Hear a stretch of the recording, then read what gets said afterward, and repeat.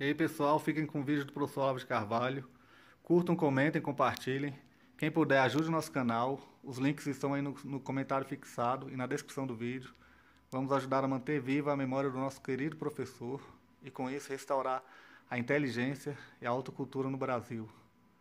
Não vamos ganhar a guerra cultural com política, e sim com inteligência. Muito obrigado a todos. Vamos em busca do conhecimento. Os links estão aí para vocês ajudarem o canal. Valeu! Então a gente cai naquele problema que o senhor falou na aula passada, de você aprender um fenômeno e saber escrever isso em palavras. Mas veja, esse é a maior dificuldade do ser humano. Deus nos fez de tal maneira que nós percebemos essências na primeira. Então, eu vejo um gato, eu sei o que é gato. Sei o que é gato só esse gato? Não, eu sei o que é gato em geral, porque ele tem todas as características da espécie. Se faltar uma, ele não é um gato. E tem mais ainda, depois eu te digo mais, até mais coisa. Porém,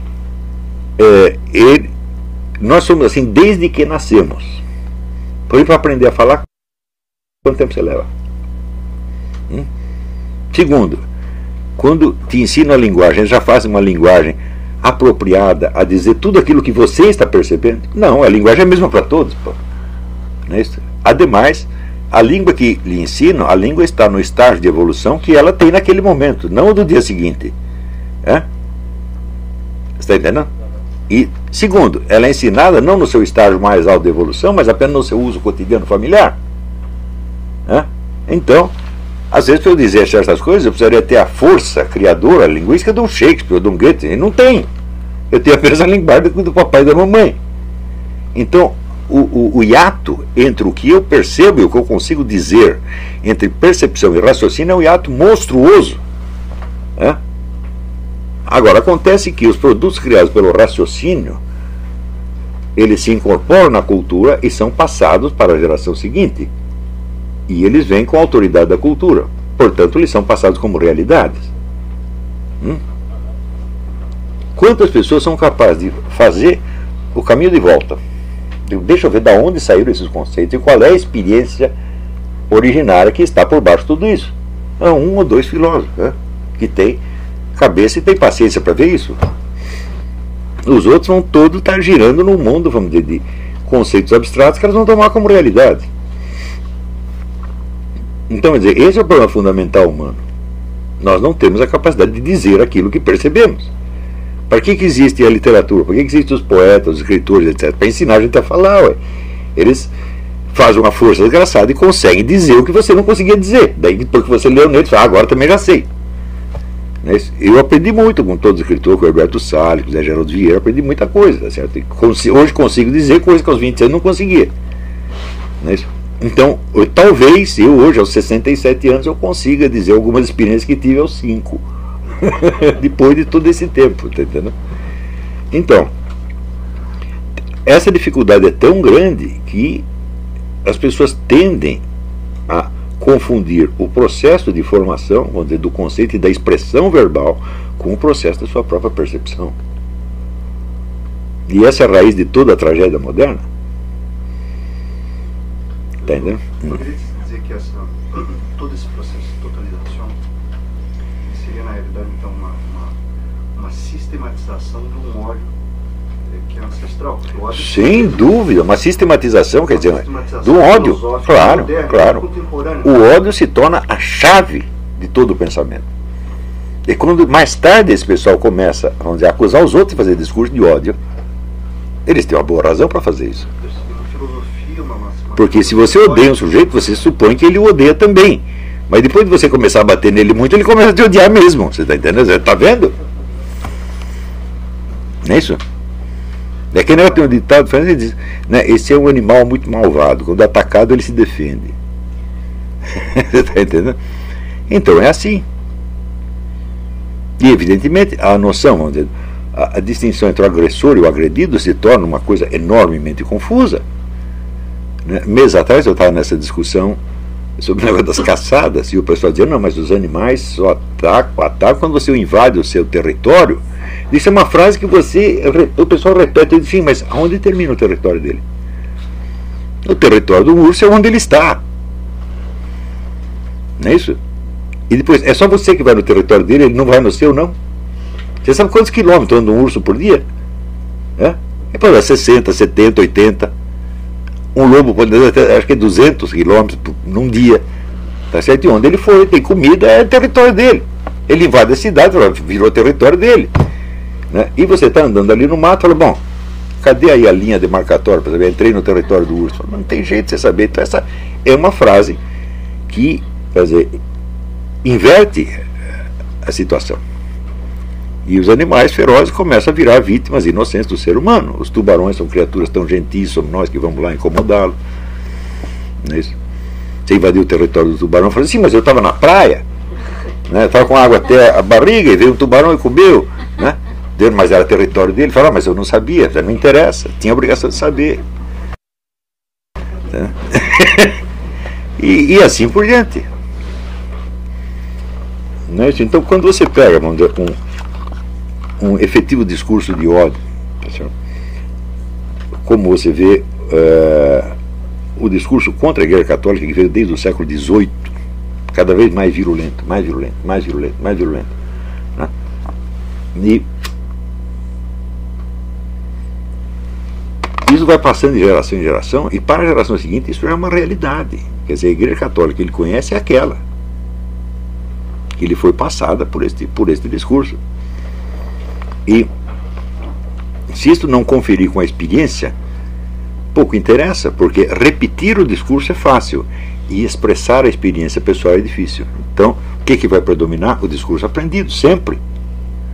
Expressar a experiência, bom, só um escritor experimentado consegue. Repetir o que você ouviu, qualquer idiota faz. Então, quer dizer que o estereótipo sempre vai predominar. O estereótipo parecerá a realidade. Tá certo? Você vê que até o século XIX você tem populações inteiras que viviam longe dos centros de cultura. Então, a maior parte da população era rural. Então, isso quer dizer que a transmissão desses estereótipos não chegava lá. O indivíduo tinha, a experiência dele era similar à experiência dos seus ancestrais, num trato direto, vamos dizer, com a natureza, que tinha que ser trabalhada para você extrair alimento, extrair tudo que você precisa, construir sua casa e sobreviver ali. Então, isto era o processo educativo das pessoas.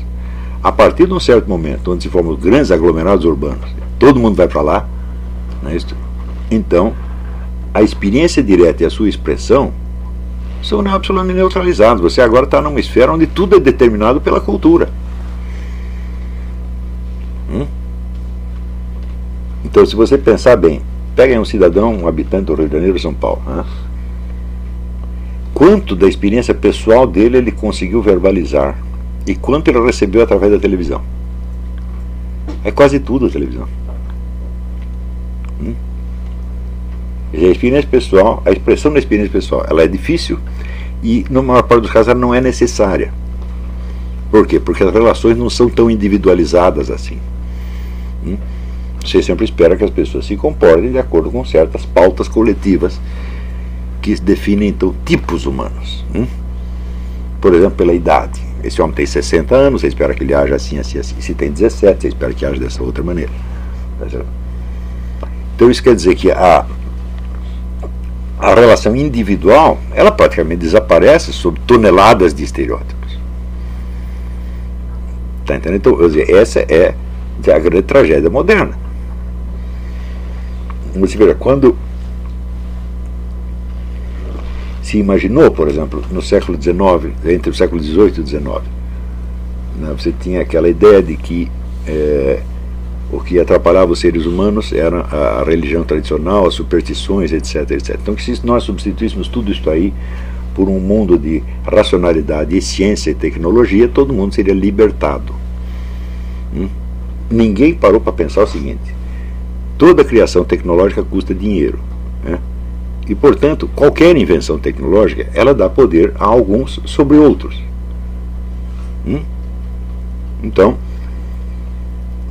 por exemplo, as armas, né?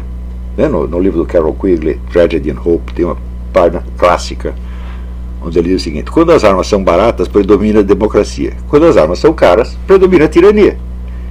É a coisa mais óbvia do mundo, Tá certo? Então, por exemplo, uma espingarda de caça todo mundo pode ter, tá certo? Mas e certas armas mais elaboradas, que tem hoje, que pode acertar um sujeito a 10 quilômetros, isso aí só o governo pode ter. Então não tem como você concorrer com ele. Hoje, por exemplo, nós estamos falando aqui, o FBI pode estar escutando nossa conversa a 3 quilômetros e eu não posso escutar nada do que eles estão sabendo. Então, a coisa mais óbvia é que a tecnologia não é um meio de libertação, ela é quase sempre um meio de opressão, a não ser quando ela cria uma segunda tecnologia, que é a tecnologia de distribuição do produto, que não é a mesma coisa. Por exemplo, eu invento aqui uma máquina e depois vem um sujeito que consegue industrializar aquilo e baratear e botar ao alcance de todo mundo. Este contribuiu para a democracia, mas o primeiro contribuiu para a tirania, evidentemente. Então, a tirania sempre chega primeiro. Agora eu penso, todos esses apologistas da ciência e da tecnologia que esperavam libertar o ser humano através de ciência e tecnologia, não pensaram nisso, não pensaram. Por quê? Porque a noção de ciência e tecnologia que eles tinham era um estereótipo idealizado, não a da realidade. Tá entendendo? Então todos eles, Descartes, Spinoza, Bacon, todos eles fizeram isso. Criaram um maravilhoso mundo de tecnologia onde o governo tem instrumentos de fazer o que ele quiser com a gente.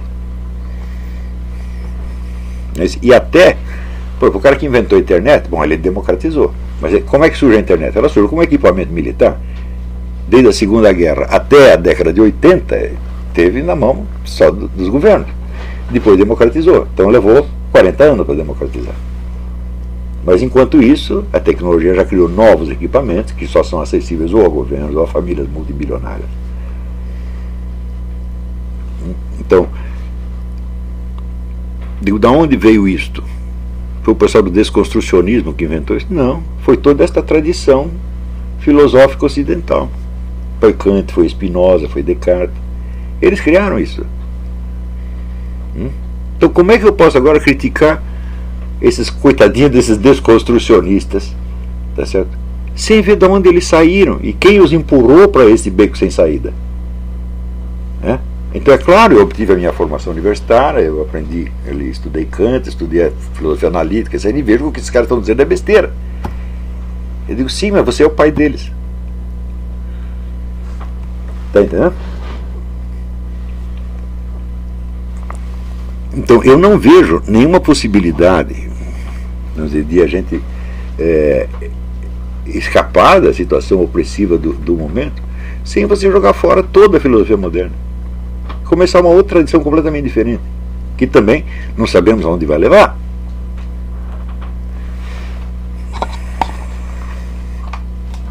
Se você disser, por exemplo, vamos dizer, o desenvolvimento da filosofia e da teologia católicas levaram à formação, vamos dizer, de um clero que tinha a presunção de dirigir e orientar a moralidade de toda a Europa e até das Américas. Tá certo? Então, através, vamos dizer, da pregação e da confissão, eles tinham mais ou menos o controle da conduta das pessoas. Bom, chegou uma hora que isso começou a incomodar.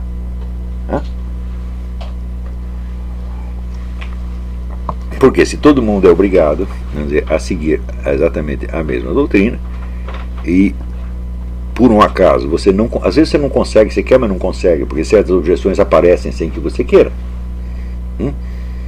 Bom, ele pode te mandar para a fogueira. É claro que é muito grave isso aí. Se você pegasse, vamos dizer, os primeiros apóstolos e dissesse, olha, daqui 1500 anos vocês vão estar queimando gente que não concorda com vocês, eles iam dizer, não é possível, os caras estão nos jogando para os leões, nós é que somos coitados.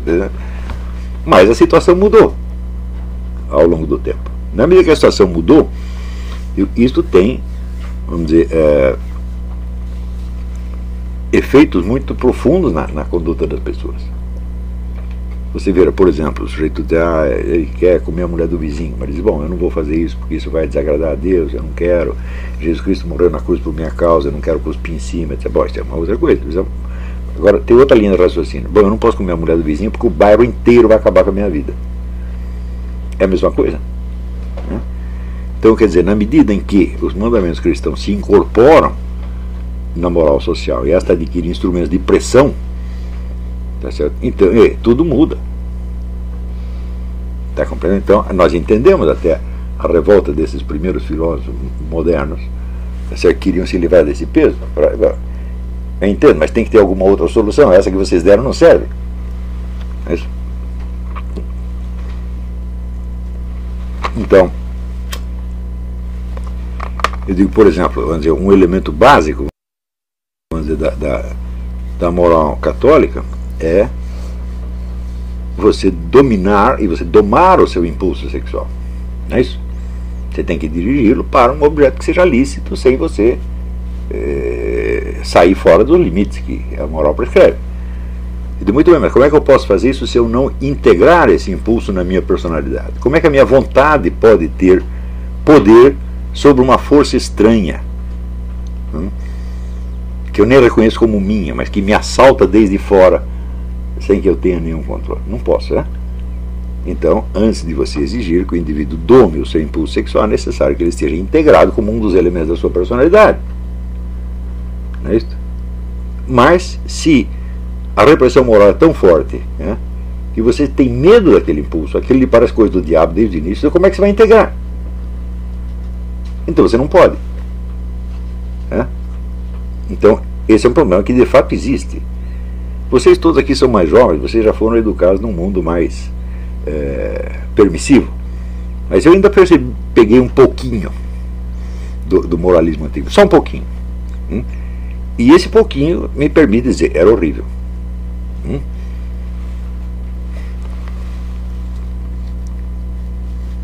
Então, hoje, claro, nós temos uma situação muito mais horrível. Mas todo esse protesto liberacionista e permitivista, ele tem alguma raiz na realidade. E nós temos que analisar as coisas com o radicalismo em profundidade, né, em vez de simplesmente expressar a nossa revolta, a nossa ojeriza contra o estado de coisas. Não é isso? Muito bem, mas voltando aqui, você vê que esta imagem da máquina desejante, ela, como figura de linguagem destinada a descrever o que se passaria num capitalismo ideal reduzido à relação econômica, ela é perfeitamente exata. Só que as pessoas acreditam que isso existe mesmo. E a partir do momento que você acha que isso existe, você observar as pessoas, você vai notar isso nelas. Porque esse elemento está presente como uma possibilidade humana, entre outras. Só que você não quer ver as outras, você só vê esta. Por quê? Porque esta que você odeia e esta que chama a sua atenção. É a totalização de novo.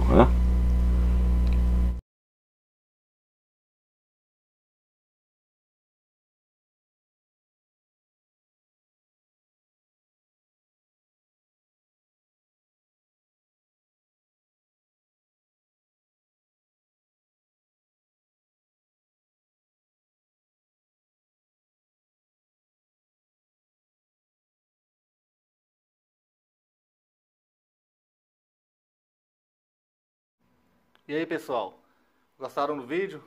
Curtam, comentem, quem não for inscrito ainda, se inscreva no canal e ajude a divulgar o conhecimento e, com isso, preservar a memória do professor Olavo de Carvalho. Muito obrigado a todos. Curtam, comentem, compartilhem. Vamos lá, pessoal. Valeu! Pessoal do canal, tranquilo? Então, a gente ainda quer fazer o sorteio das 3 canecas do professor Olavo de Carvalho aqui no nosso canal. Mas para isso a gente tem que chegar a 120 mil inscritos no canal. Então compartilhe, comente, curta. Mande nosso canal para os seus amigos, parentes, para todo mundo se inscrever e a gente chegar a 120 mil inscritos. Apoie o nosso canal, quem tiver condições, para a gente continuar aí no YouTube, no Telegram e também no Instagram e Twitter. Sempre trazendo conhecimento e falando a verdade aí para todo o Brasil e para o mundo. Valeu, tamo junto. Fique com o vídeo. Forte abraço.